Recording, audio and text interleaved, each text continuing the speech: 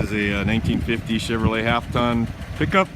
It was bought by my grandfather, Earl Nelson, Mayville, North Dakota in 1951. It was actually the first grain truck he ever bought. He would have been 59 years old at the time.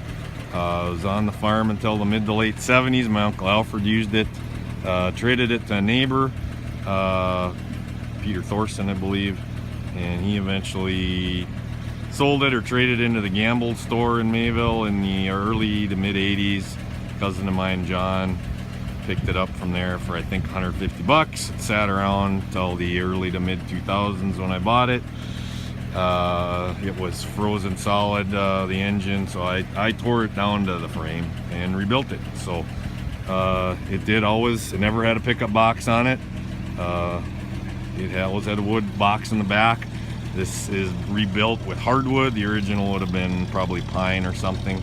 The original would have also been taller. I think it extended above the window here, but for visibility I didn't want it that tall. That truck, I think, I'm told, carried about 50 bushel.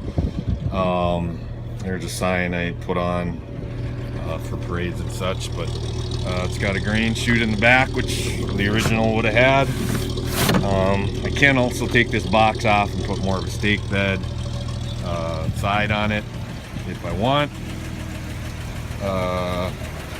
The engine on these things is a 216 Chevrolet, about 85-90 horsepower. You don't see a lot of these with the 216s in them. Most people, they rebuild them, they put a 235 in there, which has a better oiling system. These just have a splash oil system. You can tell the difference. The valve cover on the 235 is a little different than these. It wouldn't have that decal on the side.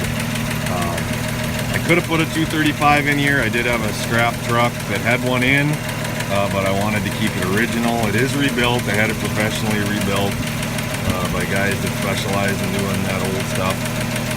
These have Babbitt bearings on the crankshaft. In other words, they're not insert bearings that pop out like a lot of more modern engines would have. They use these engines from I think the 30s through the early 50s, and they used them on up to something like the 2-ton trucks. So they used them in a lot of different applications. This is a more stripped down version, fancier version. Would have had chrome right there, although paint made it easier and cheaper for me to restore. Only had one rear view mirror out here. There's not one on the other side. On the interior, the seats, I think my uncle had reupholstered in the 60s or 70s probably. We got cardboard here, and headliners cardboard, redone of course. I added the turn signals. They would not have had turn signals. Speedometer is new. The gauge cluster here is just refaced. And I might I think temperature gauge, a couple of the gauges I replaced. Got a knob here. It's not hooked up for the windshield wipers. Those are beyond worthless. They run off a vacuum underneath, and they're worthless. Radio, this would not be the right radio to be in here. This is probably out of a car. Most of these, again, you don't see, there's just a plate there that you know, but the correct radio I believe would have knobs there. And I've got the floor mats that were my grandma and grandpa's that they had in their cars. These are geared really low. You're probably at 40-45 miles an hour, you're hauling pretty good on the highway. The rear end is. A lot of my family and cousins and such learned to drive on this thing. It's geared really low. The first gear is what you call a grandma or creeper gear.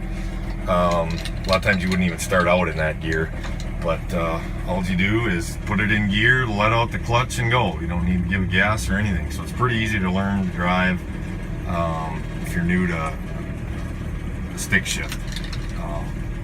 So that's a little bit about this truck.